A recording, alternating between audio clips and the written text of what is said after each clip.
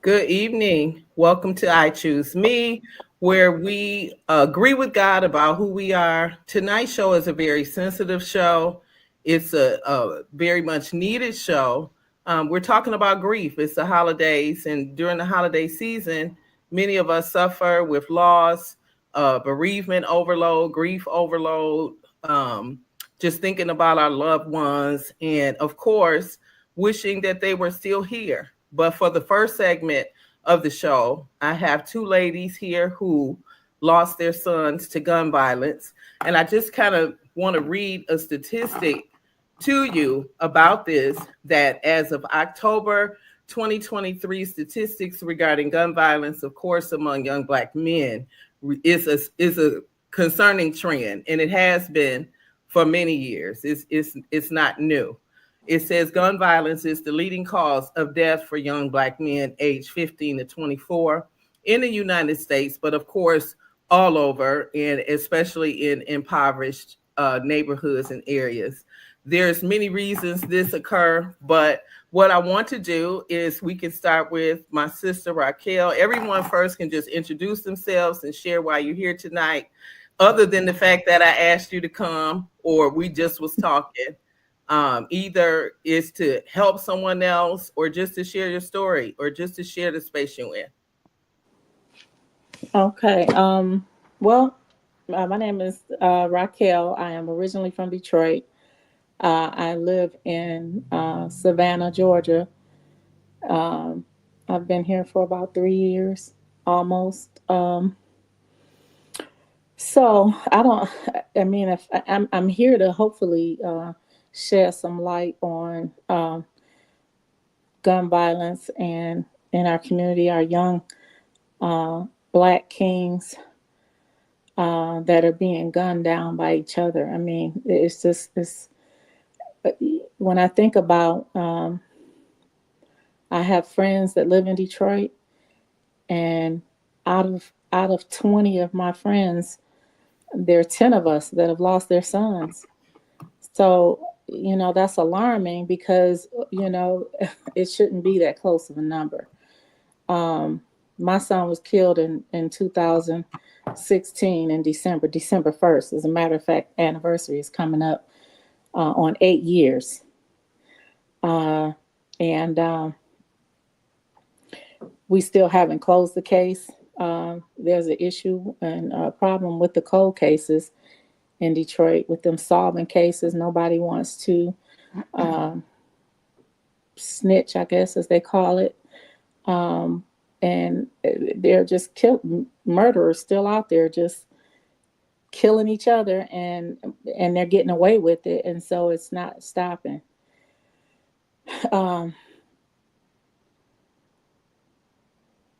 I did everything that I could do, to bringing my children up in Detroit, and as the neighborhoods got worse, I moved. And when he went to high school, um, I put him in a Catholic high school, and just to get him away from all of the stuff that was going on. But I still couldn't protect him as an adult. He died at 26, and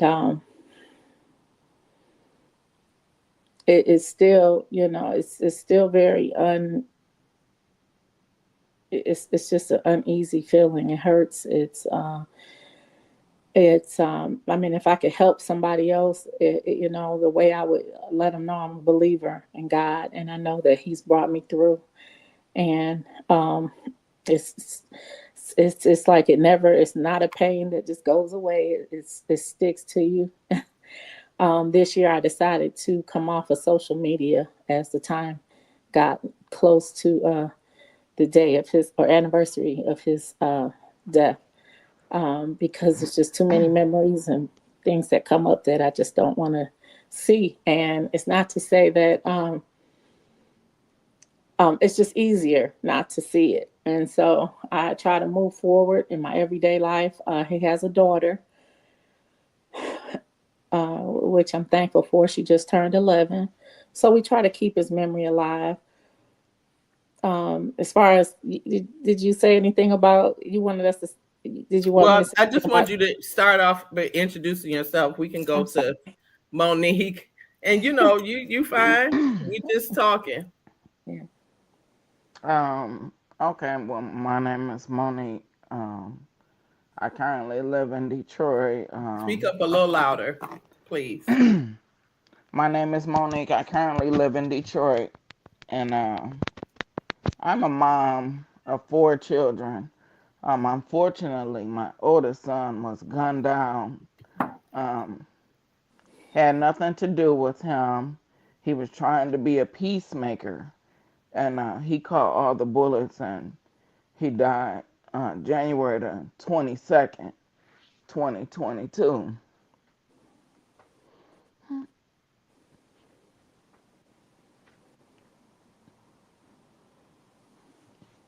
I believe that God is a healer, and He gives us all the strength to continue to be strong for yourself and, be strong for your family. But He left behind three girls, 11, 3, and 11, 4, and 2. So we currently take care of them. So I wanted to get involved in a legacy that could help carry his name for pregnant moms who lost Take your time.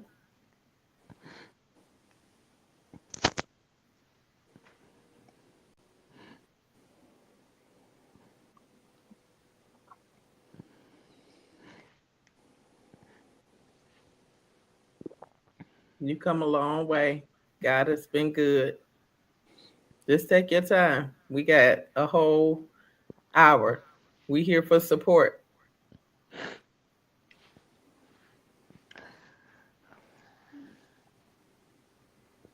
I wanted to do a legacy in his name Hmm. for families who struggle with this. His girlfriend was pregnant with the last baby, and she don't get the support that she's deserved because somebody took his life. So we help out him. I take care of my grandbabies, but I mean, just to get out there and encourage other parents that we can be strong. We just have to stay close to God Hmm. and therapy. It works. Hmm. I know you were at. I saw you. Were you at some type of march, or what was it that you were doing like a month or so ago? Tell us a little bit about that. In September, we went to Washington. The Crime Stoppers. I mean, not Crime Stoppers, Crime Survivors walk in Michigan. I mean, in Washington. And we marched to pass bills for funding for a lot of survivors and their families that's been involved due to gun violence, sex trafficking, human trafficking, domestic violence, and abuse. So I'm with this organization, the Luke Legacy, and she invited us to go to the march. I normally do it in Lansing, but this year they were doing it in Washington. So we went and we all met up and we marched in front of all the way to like close to the Capitol. Mm. Just praying. But I love it because everybody is there, and it's just you you you free to grieve there too. It was just amazing to see so many people holding each other up, holding their loved ones on pictures and everything. We're all there for pretty much the same thing. and it's like a support group if needed. So Mm. that's what we did. It was heartbreaking, but I mean, it's not. I don't think it's never gonna stop hurting. But I'm better than what I used to be. Mm-hmm. That's good. I was so proud of you when I seen it. I was like, you couldn't imagine just a year ago that you would have come as far as you have. And that was really, I can imagine it being real empowering for you to do that march. Because I was like, Yeah. look at her. She out there making a difference. And that's what we have to do. So we have another guest, and we still have Dion to introduce herself. But Kevin, thank you for joining us tonight. What they have done is introduce themselves and talk about their loved one they've lost their sons. Each of you have lost sons, and so just kind of share a little bit about that, how long it's been, how far you've come, and we'll go from there. You want to share? Um, I'm here too, Crystal. I'm not sure if you can see me, but my name is Faith Peterson, and Lawan was my son. He was killed. He was in Alabama when he was killed going to school. He was robbed. That was in 2007, and it's still hard. It's still hard. It's not as hard. God has brought me from a long way. Crystal knows. Dr. C knows is what I Dr. C. But yeah, God has truly brought me from a long, long way. From when it first happened, I was so angry and hurt and went through so many different emotions. Uh, to from I couldn't believe it to why to I wasn't able to be there because I was here in Michigan and he was in Alabama. That bothered me, but I think that's the way God wanted it to happen because I may not have been able to deal with it had I been there. So, like I said, God's just brought me a long way, and I just thank He Him. sure has. Thank you, Jesus. No, I mean that's real because I Yeah, just remember your anger, and I said, Faith, say whatever you need to say. I know Dion and I are here. Of course, the hosting our nephews. Her nephew was murdered. My nephew, Rocky, is my sister, was murdered. And so it's my sister was murdered. Um, but focusing on the black men and the tragedy behind it, just to see your face, Faith. Because when I tell y'all she ain't want to hear nothing about Jesus at all. at all. Mhm. And I just commend you for being here. Hey, Kevin, Elder. Hey, how are you? Good. Thank you for coming on. Well, absolutely. Again, I was amazed that Faith even stepped up to say anything. So I'm very, very proud of her and what it is that we have to do. And I know they gave me the title elder, but when my son was killed, I was just being ordained as a deacon. Had no idea I'd be where I am today. But it's still, as for a man, it's still, it really bothers me, and I go through my own moments. Matter of fact, I was going through my own moment this morning because it's Thanksgiving, and as my wife said, we're a lot better than we were. But as I share with the brothers that this thing that we have with each other, that we're too tough, we're too strong, we can't cry, all of that. That was my son, and so what I've been able to do over this journey in a short time is to be able to turn his life around as a living legacy. And so I fight, just left a non-violent situation, a group where we're fighting to help put a hold to that, to touch families like the families that's on this line. I want my son's life to live on forever. And as long as I am here and the things that we want to put in place that he's never forgotten. So that's my portion as a father. And so as I continue to lock arms with my wife, and we both heal.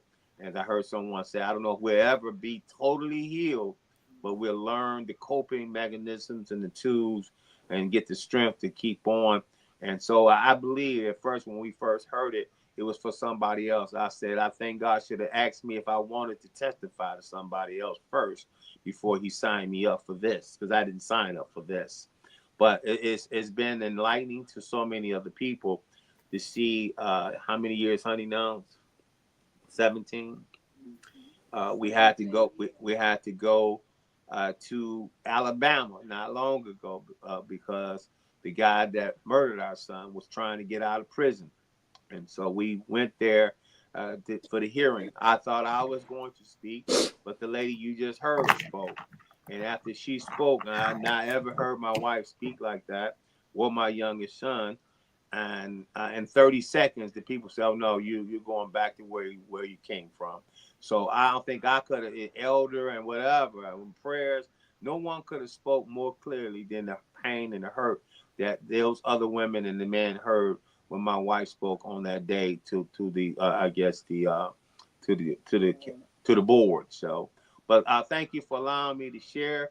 Again, my goal is to continue to live the rest of my life talking about my son. My son was an educator. He wanted to be an African American kindergarten teacher. I don't know any of us know any African American men want to be a kindergarten teacher, but that's what he wanted.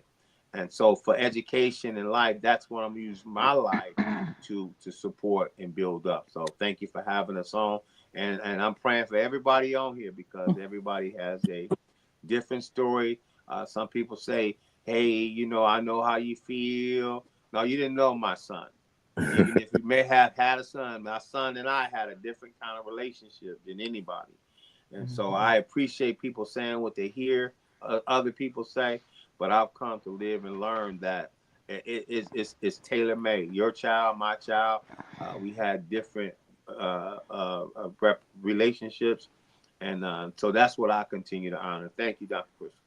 Thank you. So we have another guest, and I say elder, but as you corrected me, I'll let him correct me. But this is Elder Staples, who lost his son a few years back. So just introduce yourself and tell us your story or whatever you're led to share with us. And I'm glad that we have the from the male perspective, because oftentimes they don't get the platform.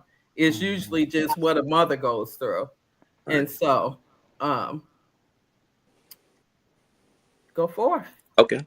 Hi. So, hi everyone. My name is Damon, and I just want to share from, I guess you said, like a male perspective. Actually, January 1 will be the 7th year anniversary of my son's death. Um, and as I think it was spoken, I heard pieces of it. Um, as for me, when I got the call, I think my sister's on now. I think she's the one that called me to give me the information. As a man, I didn't know how to grieve. Um, there was a numbness, but how to actually feel, I had no idea. And part of that's because of how we were brought up. As men, we were not allowed to be in touch with our emotions, because that meant that as a man, you were weak. And so for me, it took a moment for me to even connect enough to realize and connect to the amount of pain that caused. So I'll just stop there for a moment, and we can go from there. Well, thank you for being here. This is just a conversation. It's free to grieve, which Monique and I and Larice, Dion, we did that probably about a year ago every Monday night, because I think as a community, we don't have the freedom to grieve. You Mm-hmm. know, the expectation is to just keep going. And that's not authentic. That's not real life. How do you keep going when someone has taken your child? Right. And I'll let Dion introduce herself, because we don't have that story, but our sibling does. which impact us. Therefore, we have that pain as well. Of course, it's different, but it's still pain from having your nephew gunned down. And so, Dion. Um, I was trying not to say anything. Good evening. My name is Dion Wallace, and that's my brother, Elder Damon Staples. No, I did not lose a child, but he was my nephew. He was like one of my sons, Mm-hmm. and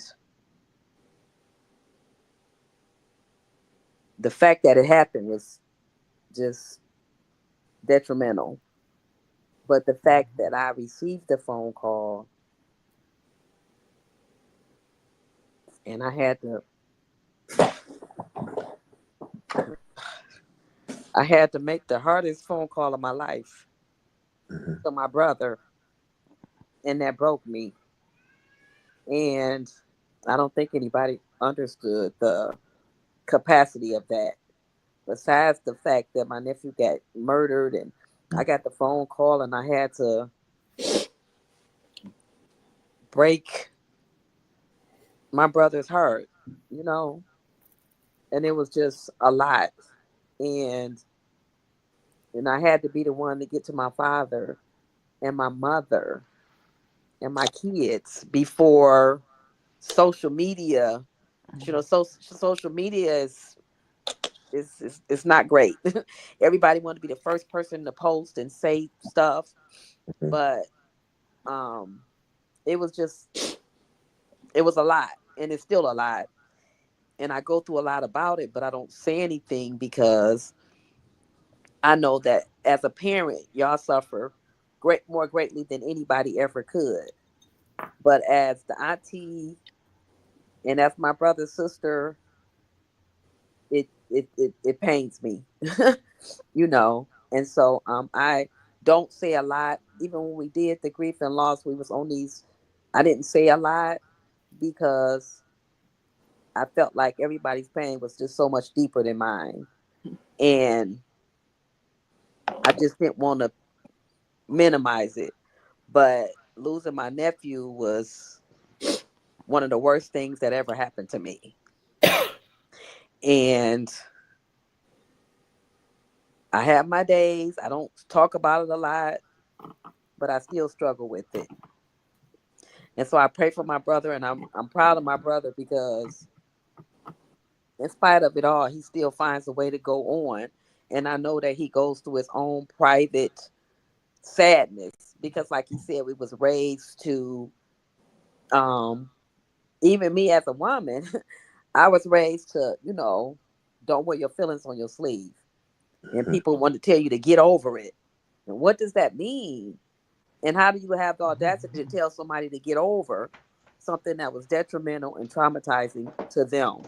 You know?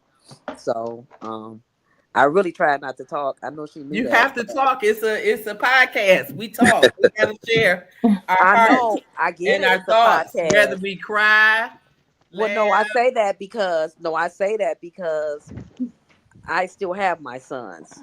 So I get that's what it. I'm talking about. I understand that. And I can imagine their pain, but I don't feel that. But I feel my own pain. And so when I was getting on the grief and loss, it was helping me because I was able to, when I did speak, it was accepted and it was okay. And it wasn't judged or, minimized.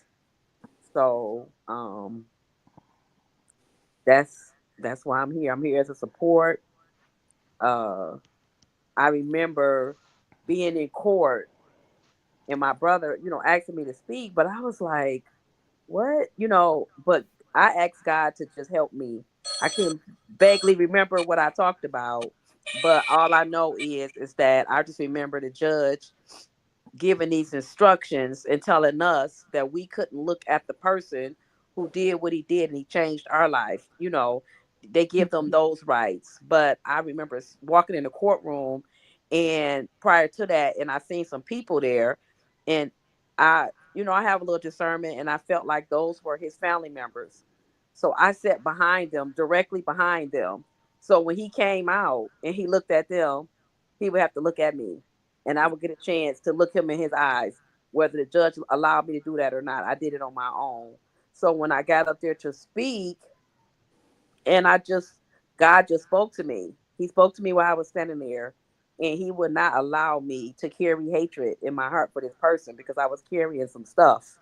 But God wouldn't allow me to do it. And from that point on, like I told them, I don't hate this man. All I know is that people need to understand the difference when they say two families are affected. They are affected, but in different ways. It's not the same because they get to go visit their family member in prison or wherever they are, and they still get to see them and talk to them and love on them. We don't get that. That's the difference. If somebody lost a son, a father, a brother, a nephew, a grandson, whatever, a cousin, and so, but what God showed me was it's okay to feel the way that we feel, but we don't have to worry about hating people because He'll fight our battles for us. So I'm just grateful to be able to have been there for my brother and my family, and I know it was God to help me do it, you know. But I'm just glad to be able to have these platforms. Thank you. Thank you.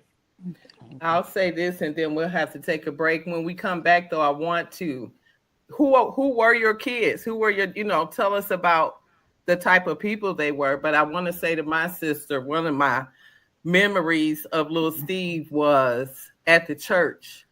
And I looked up, I said, that's my nephew joining.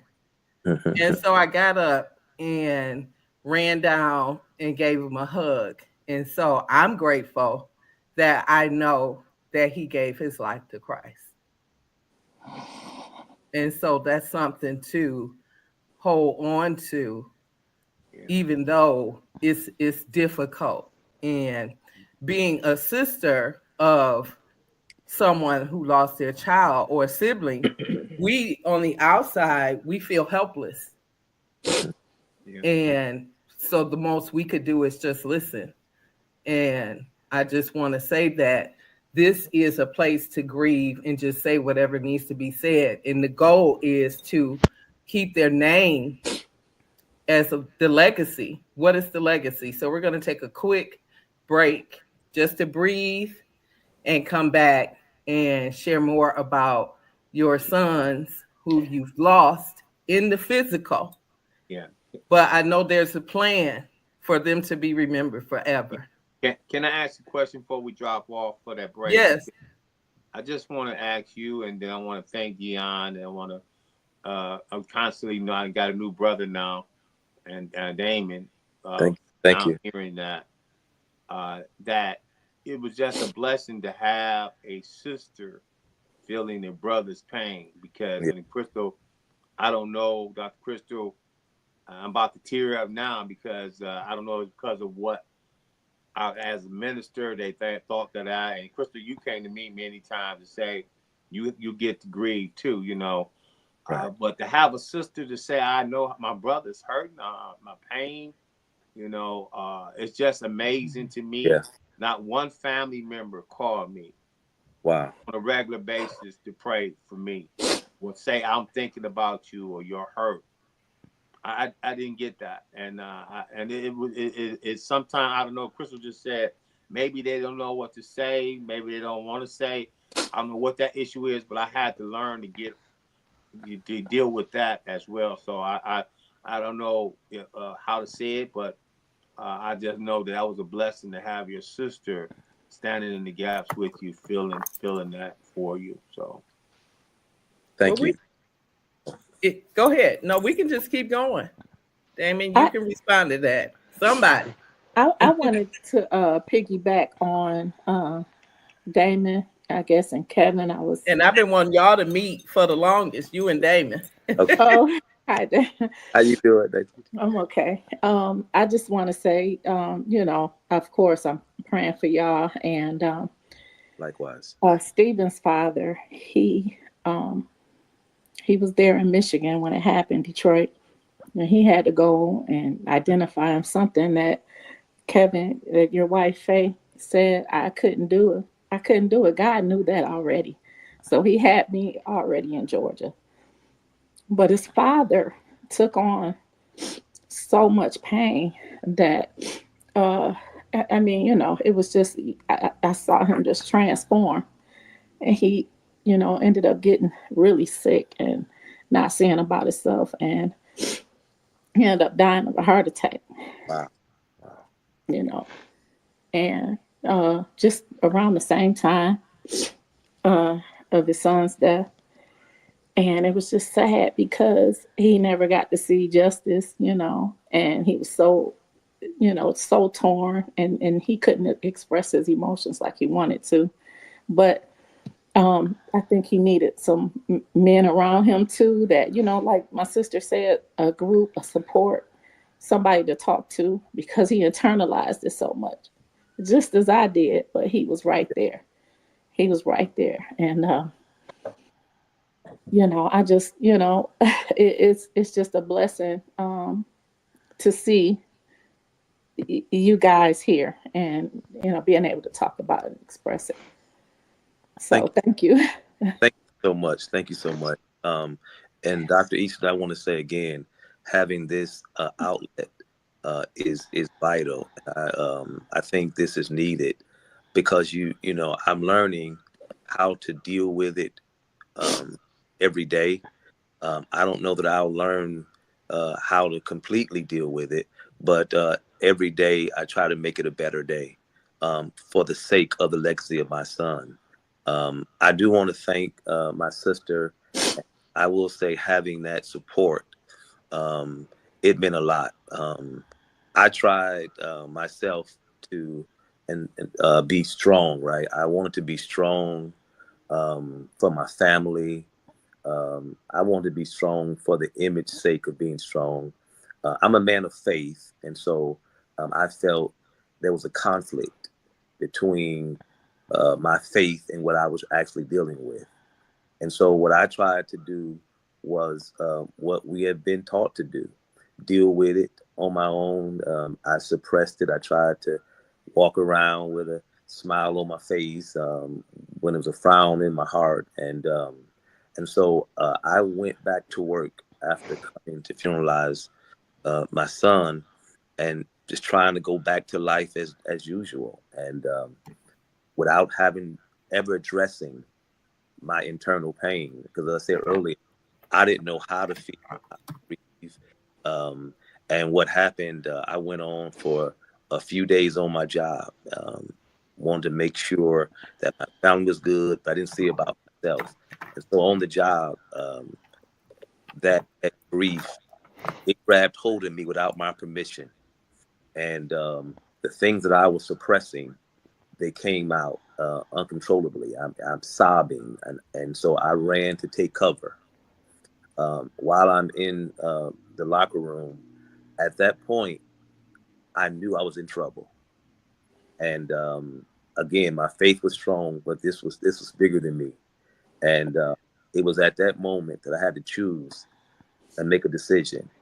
And therapy, up until that point, had been a taboo, especially in our generation and for Black men. We were to be strong. We didn't express emotions, uh, but what I was feeling, if I didn't get the help that I needed, I was not gonna make it out of it. And so after I was able to gather myself together, I left and immediately I sought for therapy. And if I can say that was the best decision that I made in my life. It helped me to refocus. It helped me to know I was okay for feeling what I was feeling, and I was still a man. Amen. I often read, and we've heard this as kids, Jesus wept. And that was just a thing we said before we ate our food, right? But I understood that when it said Jesus wept, it's ironic that it was dealing with grief. He saw the grief of others, and uh, it wasn't just a tear that came down. Wept, it was bawling, right? So I said to myself, if Jesus could weep, so could I, and that changed my life forever. And Wow. I like to piggyback on what Brother Damon just shared, because he and our stories are so similar. I went to prepare the plot for my son, and I went alone by myself. I was trying to preserve my wife and my family from what I was feeling. And it was 2 years later on Father's Day, I went to worship and I came back, and my wife said, "What happened?" And I realized that my son wasn't coming back. I had cried almost for 2 days, and my face looked like I had a fight with Mike Tyson. Mm. It was just that swole up. Yeah. So I then did what you did, brother. I'm in therapy right now, this Amen. moment. And when I testify to people, they say, "You a preacher? You a man? You in therapy?" When I said that publicly, there was a gentleman up in Flint asked me, said, "Come tell your story, because this is called the Strong Summit, and it's dealing with mental stability." And so I was asked to come speak. But I'm like you, Brother Damon. That is the best thing I have ever had. That therapist. And recently I had to change one to go to another. But I am so relieved. I am Yeah. so empty and just feel so good now that I do go to that. And I tell men as much as I can, that thing that was taught to us, Yeah. we need to we want to take a look at it, unteaching, Yes. unpacking that thing that was taught to us. Yes. So thank you for sharing. I'm in therapy, and I'm not ashamed to tell anybody That's right. that I got Save my somewhere life. I can go now called a safe place. Yes. Amen. They can hear me. So thank you again. Yes. But I think what you both of you said, and Damon, when you said your faith was in conflict Yeah. with what you were feeling, I don't think we're allowed to have that conversation. Right. Like, Right. I know God loved me, this I know, Right. but I feel like he don't right now. Right. Right. I feel like, God, if you love me, why am I here? Yeah.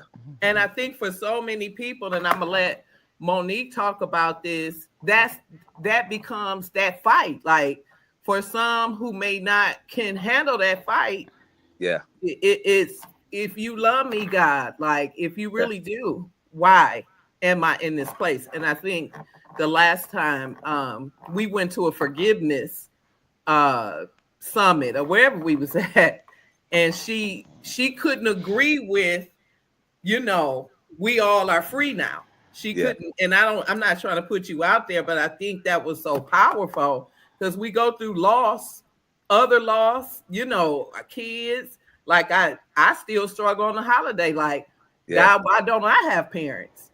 Yeah. And so when your faith is in conflict with what you feel, like, how do we, Monique, can you share a little bit about that? Because I remember what you said the last time I saw you about your son's Facebook post. So, the night before he got killed, he posted, "No weapon formed against me shall prosper." Wow. So, I questioned God. I said, well, wait a minute now.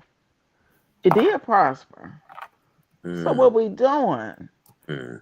Why I gotta feel like, okay, now, I wrestled with God. I did. And I was like, listen, man, why? He wasn't arguing with nobody. He was telling his friend to come on, let's leave this restaurant. Why did he catch all 6 bullets in the back? Mm. And the guy turned himself in, and I'm God. He's steady whooping me, and I'm steady running to him about it, because I'm like,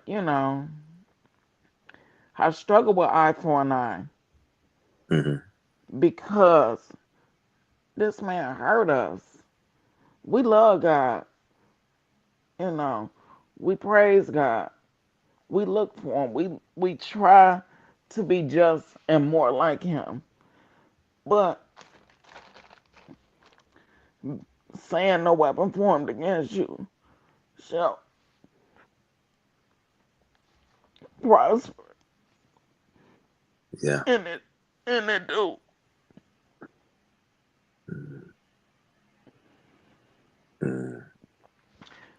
It's just hurt.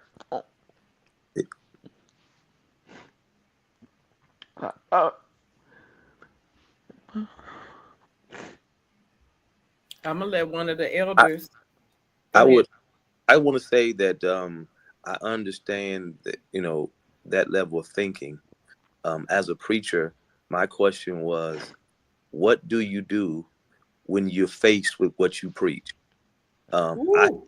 so many eulogies, um, and everything that I shared with, I now was challenged to believe for myself, and that's not an easy battle, right?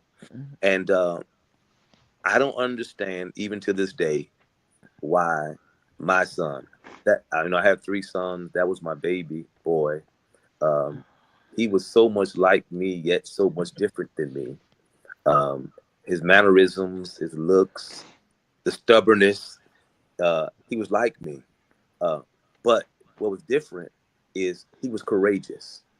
And for so many years of my life, I lived in fear of what people would think about me. Uh, Fear paralyzed me from doing all that God called me to do out of fear of failure.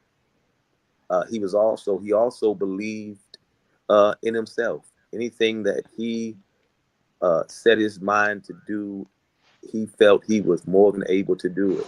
And for years, I struggled with believing in me. I could believe for you.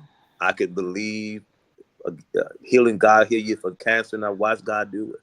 I could believe for whatever your condition was. But when it came to me, I struggled to believe that God can do it. And so I understand that train of thought. But what God showed me is that He is true to what He said. And even when I don't understand what He's doing, He really is always working things out for my good. And some things, the songwriter says, uh, we'll never understand down here, but we will understand it better by and by. And so with that kind of consoles me. So we have a comment from Fred. He's one of the founders of Trailblazer Radio who lost a son. And the question he had for parents is, did you ever fail that you failed your children? That's what he struggled with during his grief process when he lost his son, that he failed his son. I don't know if I ever felt that way. My wife may have something different, but I'm like what the brother was sharing here is that with my son, I got four sons. Okay, I'm blessed to have four sons, and I always tell people he was my number one son, even though he wasn't the oldest. It was because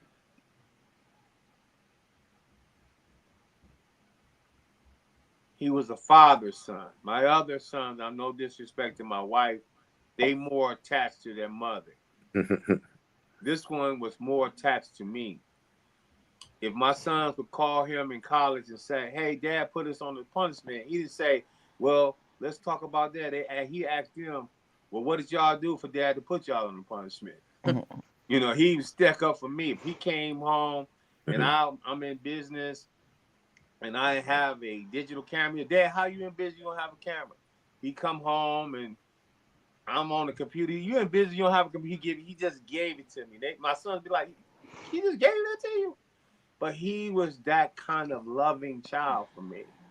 He even told me some things I think about now when I was teaching him how to cut the grass.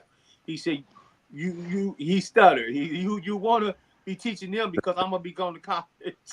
And sure enough, guess who cut the grass now? Me, because they never learned. Yeah. so, so it was so many things that he touched me by his personality. And I'll tell you, he didn't argue back with his dad. Matter of fact, when he asked to go to Alabama State University, I said, "No, you're not going that far away," because something happened. He did not open his mouth. He did not. He said, "Okay, Dad." So I was so moved that he didn't say anything that I started to pray. And God said, "Let's pray about it." So I told him a week later, I said, "I prayed about it." He said, "You did?" I said, "God said that you can go." He said, "He did?" I'm like, "Yeah." I said, "You're going to have to come back as a Sunday school teacher. He said, no problem. He was just glad to go, but he just never fought me on anything. Lastly, I'll say this: when he went to Crockett High School, Crockett did not have a basketball team. I am a coach. He said, Dad, how you gonna send me to a school and you know you didn't coach me to play basketball and not let me go to a school that I said, we're gonna pray about it. Pray about it. And so he prayed about it. 1 year later, Crockett got a basketball team. And he was on the basketball team. But he just never argued with me about anything. I love that about him.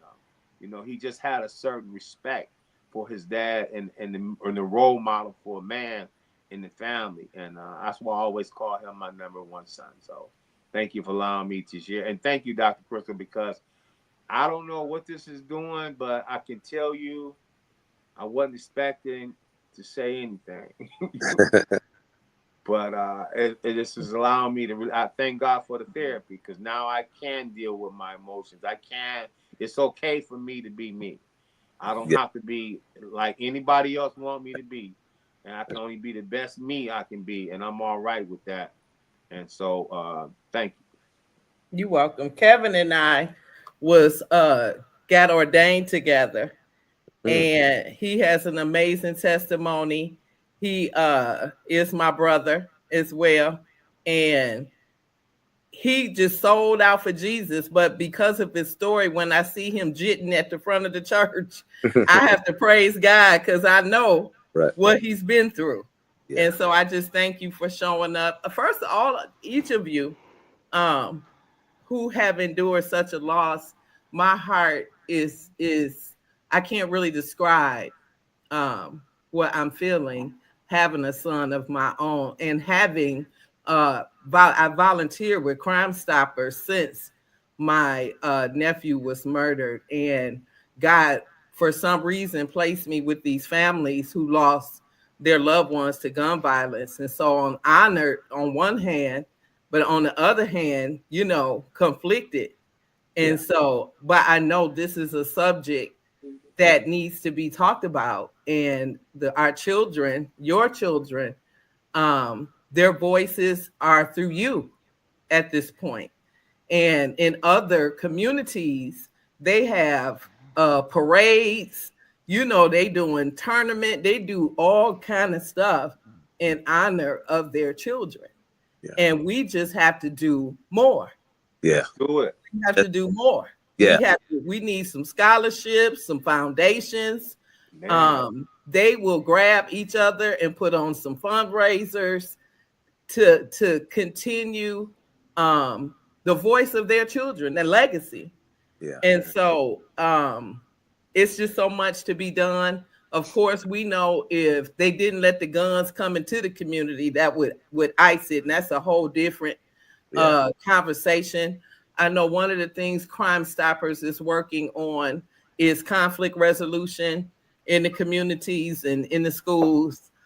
Just trying to get that conversation going about anger and about, you know, the way young people view life now is different than when we were coming up. And so we just live in a different world. But I believe God, and I believe that there is some triumph in the tragedy. Absolutely. And I think God just led me to pull this all together to see what we're going to do next. Because there's more to be done. And so I know Michelle is here. She's the therapist on the show, but I know we have to close up soon. So what I want to do is each of you just share with us one powerful statement about who your son was. And then we probably close out, of course, with some next steps and just see what we can do next. So I want you to call out your son. I am certainly with you on that. My cousin, his name is Raquel Peterson. He's one of the deputies inside the school. He's working on that initiative you just spoke about, conflict resolution to our young people.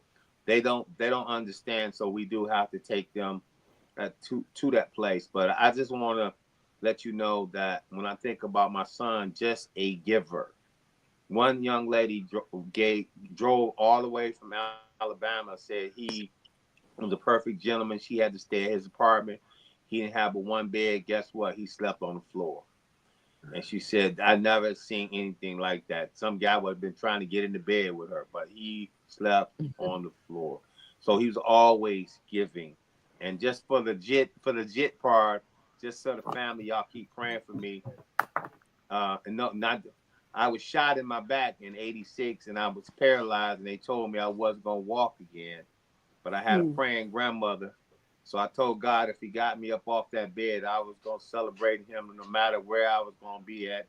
Lowe's, Myers, Kroger, didn't matter. I was going to celebrate God whenever he hit me. So you And might you catch me do. in the aisle at Kroger dancing. So because, I had a thing praise, So, but yeah, the bullet is still in my back. But yeah, we're dancing. Amen. Hey, And I can and I? I just want to say, oh, go ahead. No. You go. I just want to say, and I know Damon want to talk about Deontay, but my nephew Deontay, he was a go-getter and he was very determined. Yeah. And he left here. He was in a recording studio when it happened, and he was a rapper, and his name was Honesty. And I'm proud of my brother because he started a brand. Honesty is a brand, and his face is on the t-shirts, and he has wonderful sayings, and I wear those shirts proudly, like all the time. They t-shirts, I got all that. I wear them in the summertime and the wintertime, and when people ask me about the shirt, I tell them what it means to me. And I was honored to be his auntie, and I was honored for him to be my nephew. And I always think about ways to keep his memory and his legacy alive. He has children, and my brother got it started, and we gonna keep it going, and we're gonna add some more stuff to that. But I just wanted to know that he was an excellent rapper. He was a beautiful soul, and he knew what he wanted, and he went for what he wanted, and he had more courage than the average person do today, right now. Man. Can I say this? I want to Yeah, Deanna go ahead. spoke. I know that going through this sometimes you feel like you're alone, and I don't know on this live I feel like I've made some connections, and I would like to Dr. Ease, if you could kind of give exchange numbers so we can stay together and walk together through this. I think it's better together. So on days where you weak, I may be a little bit stronger that day, and we can help each other as we continue to navigate through this journey. So I really would like to do that. I feel like um, there's a connection. There's a reason why we all were on this podcast together.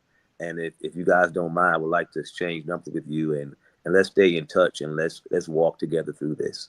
Definitely. I'll Absolutely. make sure I give all. And just before we go, I want you all to know Amen. that this is the man that walked me to Second Ebenezer Church uh 30 some years ago and dropped me off. 30 years ago, 30 years. I'm only Amen. 37. Wait a I minute. know, right? So that's another story, but I Yeah, wanted, he made sure I had somewhere to go because he knew how crazy, but that's another story. But anyway, go ahead. I'm done. Go. Who? Um, I'll go next. So this was my son Steven. I don't know if you can see him. Yes. Yeah. Yeah.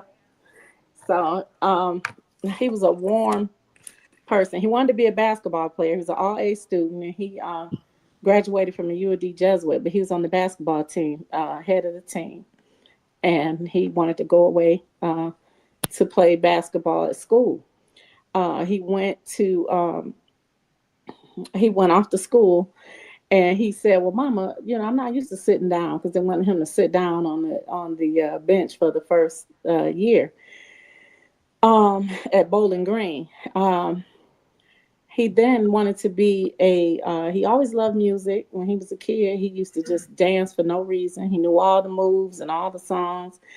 And so he was selling CDs in college to all the security, to the teachers and every, his superiors were buying music from him. And then he would make his own music, and he started doing videos and music. And I'm like, what are you doing? Uh, So then he went off into he started working for Chrysler headquarters, and he said, "Mom, I'm going to be an entrepreneur. I need to work for myself," because he was doing stuff with his grandfather and selling bikes and building them. He's always liked to work for himself. And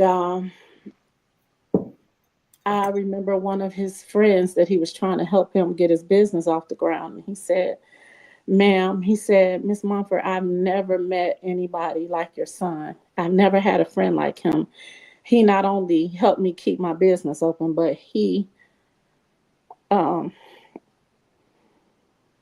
he said that he would buy my stuff, and he said he would wear it. He wouldn't try to get a discount." He said, and he just helped me. And when he didn't show up, he was always supporting me. And he said when he didn't show up to my, they had I don't know what it's called, but an open house or whatever, or a second, when they come out and celebrate the opening. And when he wasn't there, he knew something was wrong because he was always, supportive of him. So I knew he was going to be doing something big because he was so determined. He was so determined to just be great.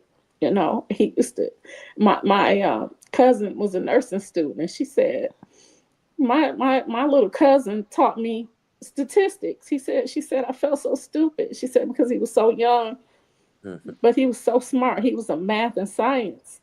Uh, he went on a full scholarship for math and science. So he was smarter than me, his mama.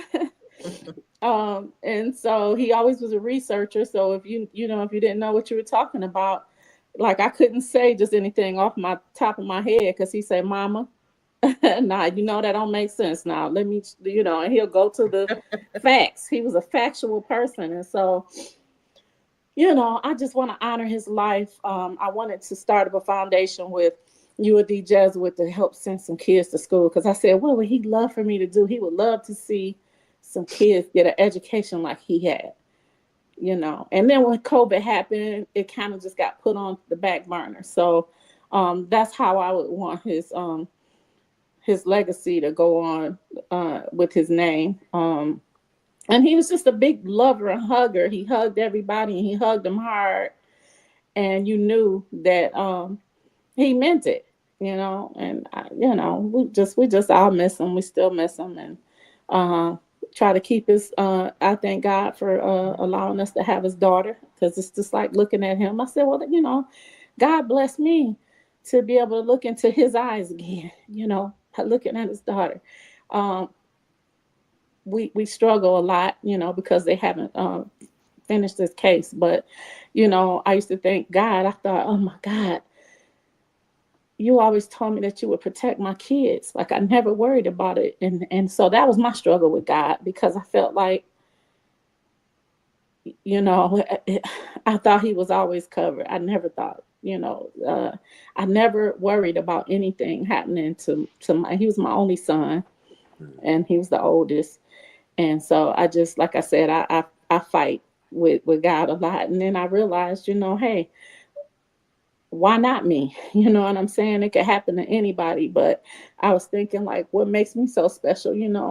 God did it. God had to do that with his own son. So I know he knows my pain, and he'll help me walk me through it. So I'm sorry. Amen. Monique. The one thing we always remember my son by, his name was Deontay, and he loved to rap, so he just was getting his feet wet a little bit with it. And his name was Hercules. So I just right now I'm just building up my strength to try to put one foot in front of the other and try to start a legacy.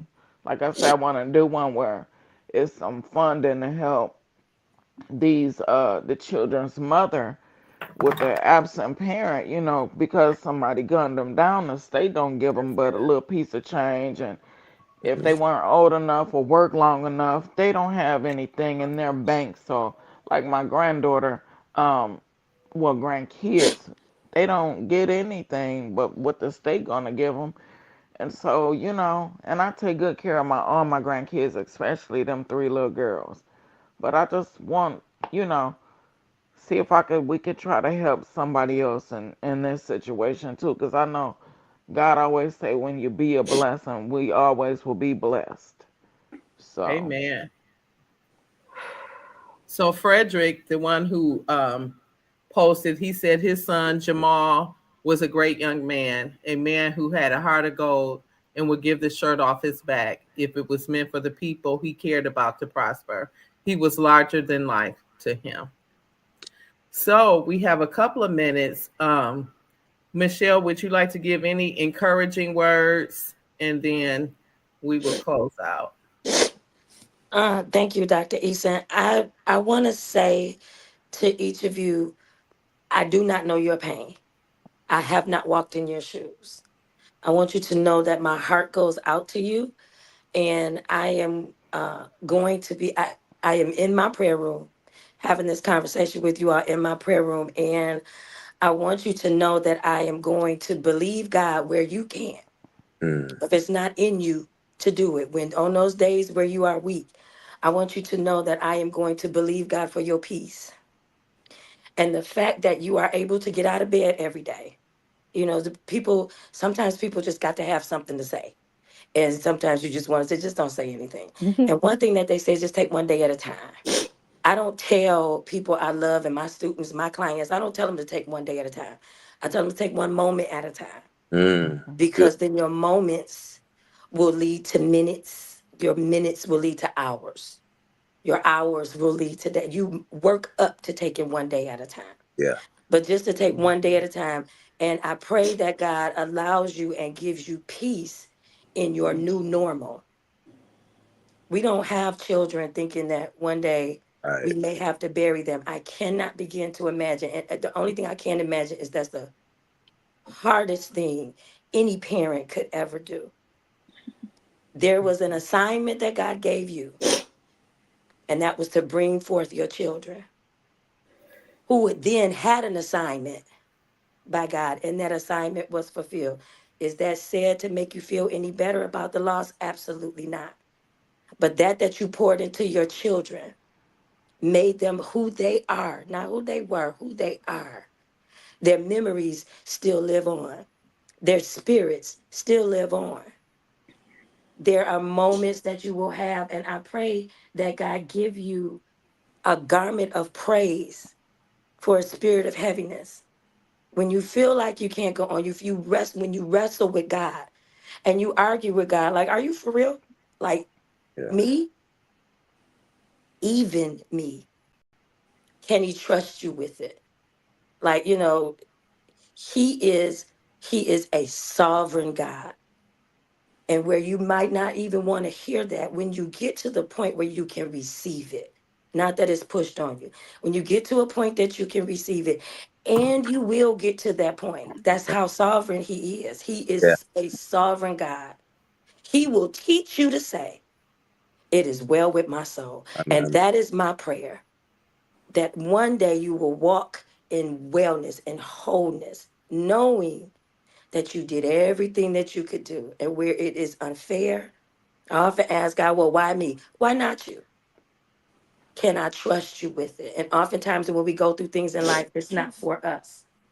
It's for somebody else to see if she went through that or if he went through that and made it on the other. So surely I can take one step at a time. I heard you say, Miss Wright, that, even getting out of bed, putting one foot in front of the other.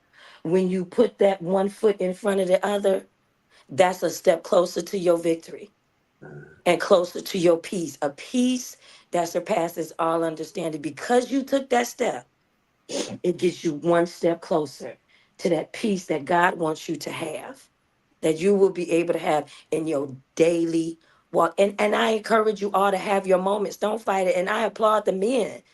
Don't fight it. Have your moments. Because if you don't, and it's all bottled up and you keep it all bottled up, it's kind of like a pop can. And then you shake up this pop can. As soon as you click it up, it just explodes. mm-hmm. Have your moments. Be in the moment. Because then that moment is going to get you to the next moment. And then, You have to walk out the journey, because this is what God has ordained for your life for such a time as this. And I pray for y'all. Your names are, look, your names are I'm in my prayer room. Your Thank names are you. in my prayer room. And now I'm responsible for you. I just logged in to support Dr. Eason. But hey, here I am. Here I am. And so I love you all. I pray for you. Thank Um, you. I pray that Thank you. one day you will be able to say, whatever my lot, Thou hast taught me. thou hast taught me to say, or whatever my lot, God teach me to say, it is well with my soul. I pray for you and I pray for your families. Dr. Issa, thank you for having me. Thank you all. Thank you Thank for you. coming on. Amen. Anyone else before Amen. I close us out quickly? Well, today my pastor preached. He titled his message "Hang in There." Mm. And one of my favorite scriptures, if you don't mind me sharing, is the afflictions of the righteous availeth much, but the Lord, and I leave it at that, Delivered them out of all. delivereth them out of them all. And I'm just really full right now. The fact that you all are here, the courage, the power of God, and just look how far you've come. I can't imagine. So you all are teaching us about resilience and courage and faith. And so I thank you tonight for joining us and for this conversation. And I feel like another conversation is going to be coming on Yeah. real soon. So I'll make sure everyone has each other's contact information to continue this conversation. And so if no one has anything else, may the peace of God rest upon you tonight, and know that this is also on YouTube, and I know it's going to bless some other people. So have a good night. Good night. Good You night, too. everyone. Thank you. Good night. Join Dr. Christal Eason every other Sunday at 7 p.m. for Finally I Choose Me, where your purpose and authenticity join together. We look forward to you participating in the discussion. We agree with God about who we say we are. Please join us.